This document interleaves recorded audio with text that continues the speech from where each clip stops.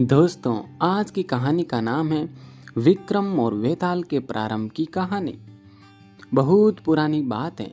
धारा नगरी में गंधर्वसेन नाम का एक राजा राज्य करता था। उसके 4 रानियां थी। उनके 6 लड़के थे जो सब के सब बड़े ही चतुर और बलवान थे। संयोग से एक दिन राजा की मृत्यु हो गई और उनकी जगह उनका बड़ा बेटा शंख गद्दी पर बैठा। उसने कुछ दिन राज किया, लेकिन छोटे भाई विक्रम ने उसे मार डाला और स्वयं राजा बन बैठा। उसका राज्य दिनों दिन बढ़ता गया और वह सारे जम्बू द्वीप का राजा बन बैठा। एक दिन उसके मन में आया कि उसे घूमकर सैर करनी चाहिए और जिन देशों के नाम उसने सुने हैं उन्हें देखना भी चाहिए। सो वह गद्दी अपने छोटे भाई भर्तहरि को सौंपकर योगी बनकर राज्य से निकल पड़ा। उस नगर में एक ब्राह्मण तपस्या करता था। एक दिन देवता ने प्रसन्न होकर उसे एक फल दिया और कहा कि इसे जो भी खाएगा वह अमर हो जाएगा। ब्राह्मण ने वह फल लाकर अपनी पत्नी को दिया और देवता की बात भी बता दी। ब्राह्मणी बोली, हम अमर होकर क्या करेंगे? हमेशा भीख मांगते रहेंगे। इससे तो मरना ही अच्छा है। तुम इस फल को ले जाकर राजा को दे आओ और बदले में कुछ धन ले आओ। यह सुनकर ब्राह्मण फल लेकर राजा भर्तहरि के पास गया और सारा हाल कह सुनाया। भर्तहरि ने फल ले लिया और ब्राह्मण को 1,00,000 रुपए देकर विदा कर दिया। भर्तहरि अपनी एक रानी को बहुत चाहता था। उसने महल में जाकर वह फल उसी को दे दिया। रानी की मित्रता शहर के कोतवाल से थी। उसने वह फल कोतवाल को दे दिया। कोतवाल एक वेश्या के पास जाया करता था। वह उस फल को ले जाकर उस वेश्या को दे आया। वेश्या ने सोचा कि वह फल तो राजा को खाना चाहिए। वह उसे लेकर राजा भर्तहरि के पास गई और वह फल उसे दे दिया। भर्तहरि ने उसे बहुत सा धन दिया, लेकिन जब उसने फल को अच्छी तरह से देखा तो पहचान लिया। उसे बड़ी चोट लगी, पर उसने किसी से कुछ नहीं कहा। उसने महल में जाकर रानी से पूछा कि तुमने उस फल का क्या किया? रानी ने कहा, मैंने उसे खा लिया। राजा ने वह फल निकालकर दिखा दिया। रानी घबरा गई और उसने सारी बात सच सच कह दी। भर्तहरि ने पता लगाया तो उसे पूरी बात ठीक ठीक मालूम हो गई। वह बहुत दुखी हुआ। उसने सोचा, यह दुनिया माया जाल है, इसमें अपना कोई नहीं। वह फल लेकर बाहर आया और उसे धुलवाकर स्वयं खा लिया।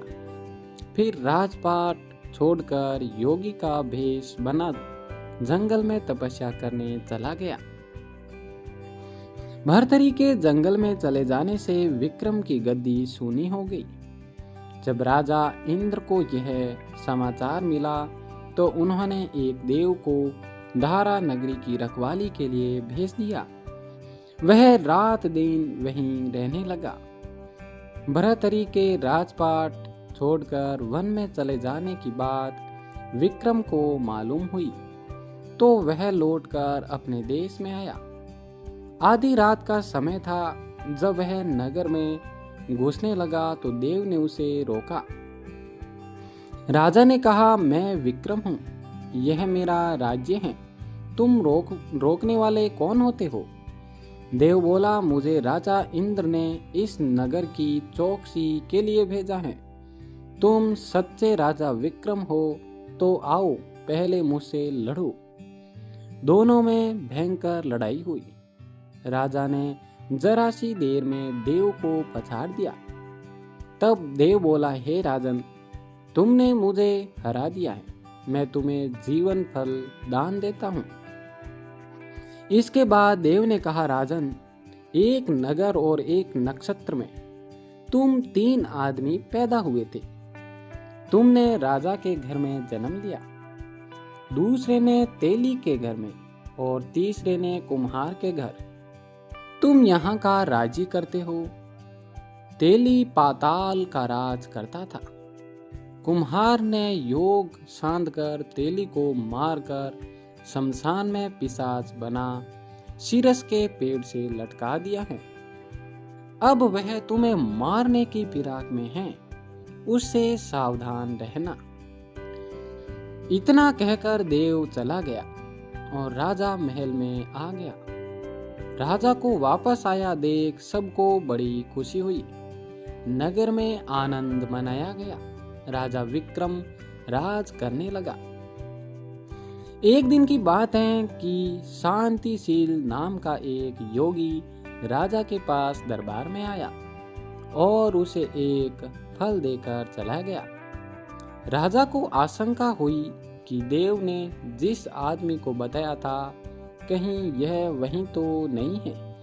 यह सोचकर उसने फल नहीं खाया और भंडारी को दे दिया। योगी आता और राजा को एक फल दे जाता। संयोग से एक दिन राजा अपना अस्तबल देखने गया। योगी वहां पहुंच और फल राजा के हाथ में दे दिया। राजा ने उसे उछाला तो वह हाथ से छूटकर धरती पर गिर पड़ा। उसी समय एक बंदर ने झपटकर उसे उठा लिया और तोड़ डाला। उसमें से एक लाल निकला जिसकी चमक से सबकी आंखें चौंधिया गई। राजा को बड़ा अचरज हुआ। उसने योगी से पूछा, आप यह लाल मुझे रोज क्यों दे जाते हैं? योगी ने जवाब दिया, महाराज, राजा, गुरु, ज्योतिषी, वैद्य और बेटी, इनके घर कभी खाली हाथ नहीं जाना चाहिए। राजा ने भंडारी को बुलाकर पीछे के सब फल मंगवाए और तुड़वाने पर सब में एक एक लाल निकला। इतने लाल देखकर राजा को बड़ा हर्ष हुआ। उसने जोहरी को बुलवाकर उनका मूल्य पूछा। जोहरी बोला, महाराज, ये लाल इतने कीमती हैं कि इनका मोल करोड़ों रुपए में भी नहीं आंका जा सकता। एक एक लाल एक एक राज्य के बराबर है। यह सुनकर राजा योगी का हाथ पकड़कर गद्दी पर ले गया। बोला, योगीराज, आप सुनी हुई बुरी बातें दूसरों के सामने नहीं कही जाती। राजा उसे अकेले में ले गया। वहां जाकर योगी ने कहा, महाराज, बात यह है कि गोदावरी नदी के किनारे मसान में एक मंत्र सिद्ध कर रहा हूँ। उसके सिद्ध हो जाने पर मेरा मनोरथ पूरा हो जाएगा। तुम एक रात मेरे पास रहोगे तो मंत्र सिद्ध हो जाएगा। एक दिन रात को हथियार बांधकर तुम अकेले मेरे पास आ जाना। राजा ने कहा, अच्छी बात है। इसके उपरांत योगी दिन और समय बताकर अपने मठ में चला गया। वह दिन आने पर राजा अकेला वहां पहुंचा। योगी ने उसे अपने पास बिठा लिया और थोड़ी देर बैठकर राजा ने पूछा, महाराज, मेरे लिए क्या आज्ञा है? योगी ने कहा, राजन, वहां से दक्षिण दिशा में 2 कोस की दूरी पर मसान में एक सीरस के पेड़ पर एक मुर्दा लटका है। उसे मेरे पास ले आओ, तब तक मैं वहां पूजा करता हूँ। यह सुनकर राजा वहां से चल दिया। बड़ी भयंकर रात थी। चारों ओर अंधेरा फैला था। पानी बरस रहा था। भूत प्रेत शोर मचा रहे थे। सांप आ आकर पैरों में लिपटते थे, लेकिन राजा हिम्मत से आगे बढ़ता गया। जब वह मसान में पहुंचा तो देखता क्या है कि शेर दहाड़ रहे हैं, हाथी चिंगाड़ रहे हैं, भूत प्रेत आदमियों को मार रहे हैं। राजा बेधड़क चलता गया और शीर्ष के पेड़ के पास पहुंच गया। पेड़ जड़ से पुनगी तक आग से दहक रहा था। राजा ने सोचा, हो न हो ये वही योगी हैं जिसकी बात देव ने बताई थी। पेड़ पर रस्सी से बंधा हुआ मुर्दा लटक रहा था। राजा पेड़ पर चढ़ गया और तलवार से रस्सी काट दी। मुर्दा नीचे गिर पड़ा और दहाड़ मार मार कर रोने लगा। राजा ने नीचे आकर पूछा, तू कौन है? राजा का इतना कहना था कि वह मुर्दा खिलखिलाकर हंस पड़ा। राजा को बड़ा अचरज हुआ।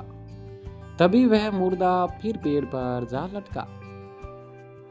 राजा फिर चढ़कर ऊपर गया और रस्सी काट मुर्दे को बगल में दबा नीचे आया। बोला, बता तू कौन है? मुर्दा चुप रहा। तब राजा ने उसे एक चादर में बांधा और योगी के पास ले चला। रास्ते में मुर्दा बोला, मैं बेताल हूँ। तू कौन है? मुझे कहाँ ले जा रहा है? राजा ने कहा, मेरा नाम विक्रम है। मैं धारा नगरी का राजा हूँ। मैं तुझे योगी के पास ले जा रहा हूँ।